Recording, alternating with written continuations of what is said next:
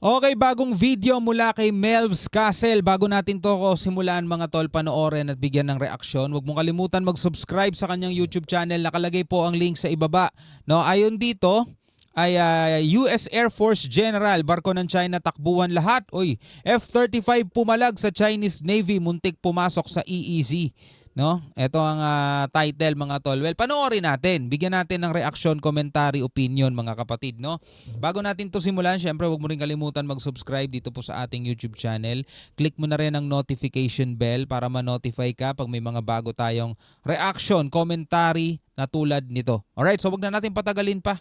Panoorin na natin to mga tol. Mula kay Melvs Castle. US Air Force General bahagyang naalarma sa China. Dalawang carrier strike group kasi ng People's Liberation Navy ang biglaang nagsagawa ng unannounced military drill sa South China Sea.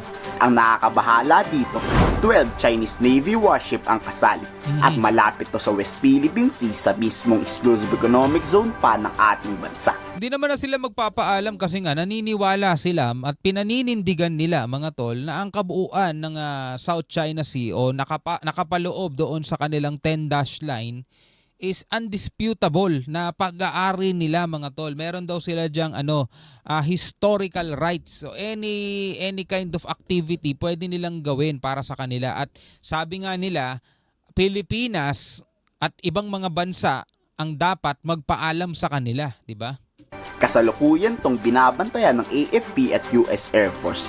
Once kasi na pumasok yan sa EEZ, makakita tayo dyan ng live na putukan. Pero hindi pa man nakakalapit ang Chinese aircraft carrier, nag-deploy na agad ang US Air Force ng F-35 Stealth Fighter jet.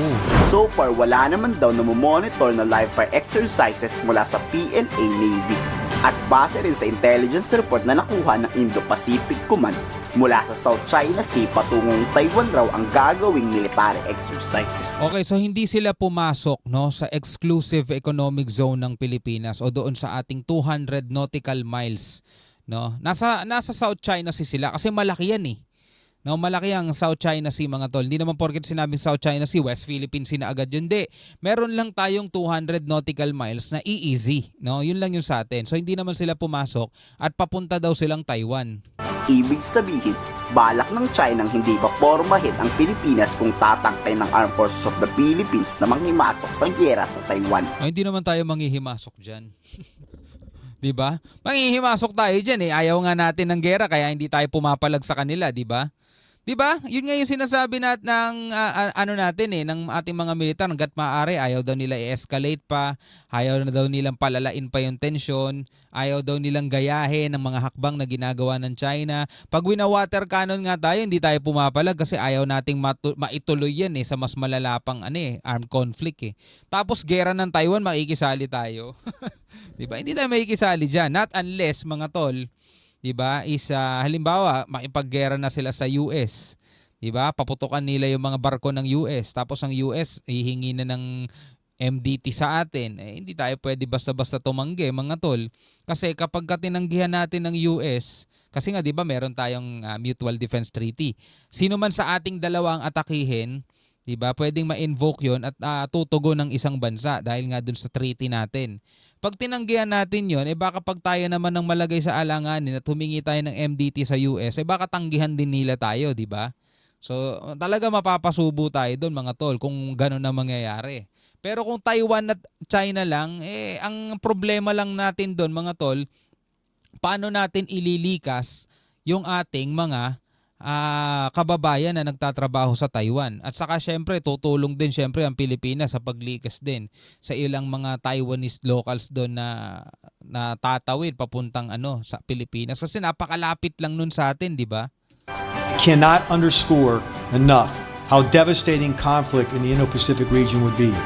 At stake would be untold numbers of lives, and they regularly engage in coercive behavior around the Indo-Pacific region. We've routinely witnessed dangerous behavior from the People's Liberation Army, the Chinese Coast Guard, and their maritime militia throughout the South and East China Seas. Yeah, maraming beses na. As Beijing, they look to exert their excessive, illegal, and revisionist maritime claims. Pag tayo nagsasagawa ng multilateral drill sa West Philippine Sea, pinapalagan agad yan ng China. sabay sasabihing muscle flexing o pagyayabak. Oo, madalas nilang sinasabi yon kapag nagsasagawa tayo ng ng mga maritime drill natin, mga joint maritime ng AFP natin at ng ating mga kaalyadong bansa. Lagi nilang sinasabi muscle flexing, provocation, 'di ba? 'Yun ang lagi nilang sinasabi pero gawain nila 'yon number 1. Kaya nga alam na alam nila 'di ba? Pag China naman ang nagsasagawa ng military drills for peace and stability raw. Kapal na mukaan. Tapos noong dinala ng US Army ang medium-range ballistic missile sa Pilipinas, inakusahan pa tayo ng China ang naghahanap ng gulo.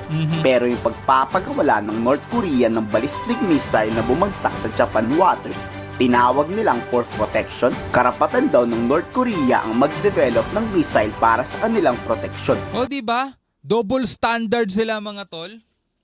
Yung sa atin, i-deploy lang dito sa Pilipinas for protection, 'di ba? Dineploy lang 'yun hindi nga natin pinaputok Yung yung Typhoon missile natin mga tol na galing sa US na i-deploy lang dito. Hindi pa atin 'yun sa US 'yun, dineploy lang dito, 'di ba?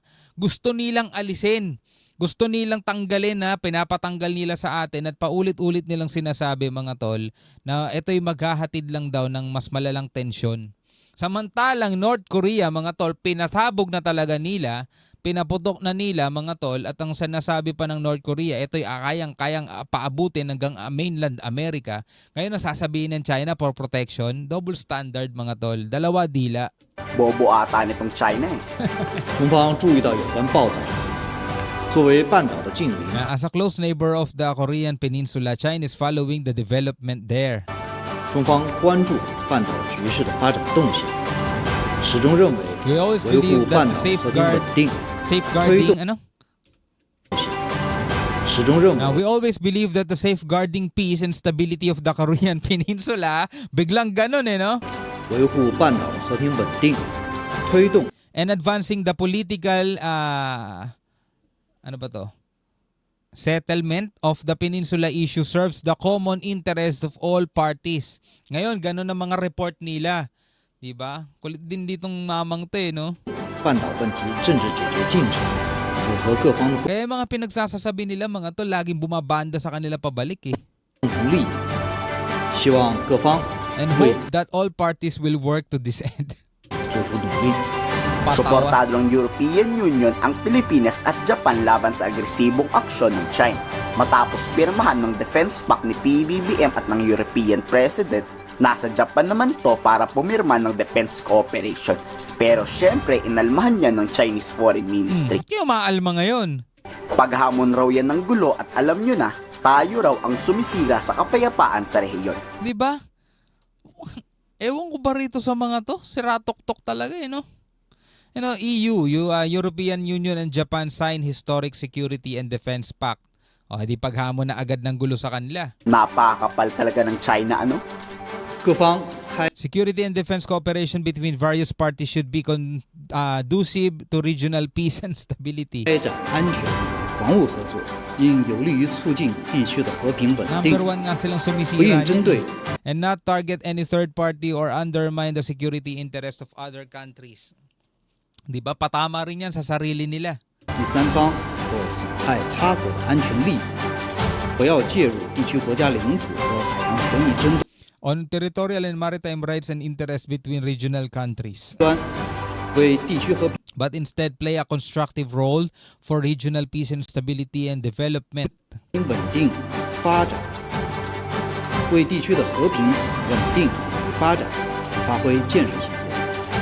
Takot ang China sa wet sa Amerika. Pero kayo sa tingin nyo, para saan kaya ang military drill sa South China Sea papunta pang Taiwan?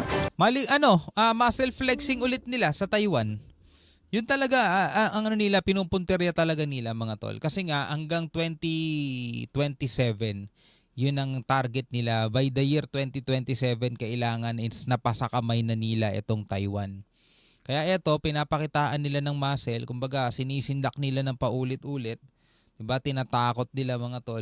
Baka sakali, bumigay yung presidente ng Taiwan at magpasakop na lang sa kanila. Wala nang gulo, wala nang gera. Panalo na yung China. Diba? Ganun ang ginagawa nila, kaya tingnan nyo, paulit-ulit nilang ginagawa yan. Pero dalawa dila nitong mga to. Iba yung sinasabi nila pag pabor sa kanila o kaya kaalyado nila. Iba sinasabi nila mga tol pag sa iba. Pag ginagawa ng Pilipinas, nag-deploy halimbawa Amerika rito sa atin ng missile o ng medium range, 'di ba, na missile is agad provokasyon. 'Di ba, makakasira daw ng peace and stability. Samantalang yung North Korea nagpasabog, nagpaputok o nagpalipad ng missile is para daw sa protection. My goodness. Talaga naman. Tama nga si Secretary Gibo Chodoro. Kaya ako yung mga politikong pro-China, nako, dalawa rin dila ng mga yan. Nako. Anyway, kung ikaw ay isang Pilipino, ano masasabi mo rito? Comment ka na lamang sa ibaba. Hanggang sa muli, ako nga pala si Shobaldi. Peace out.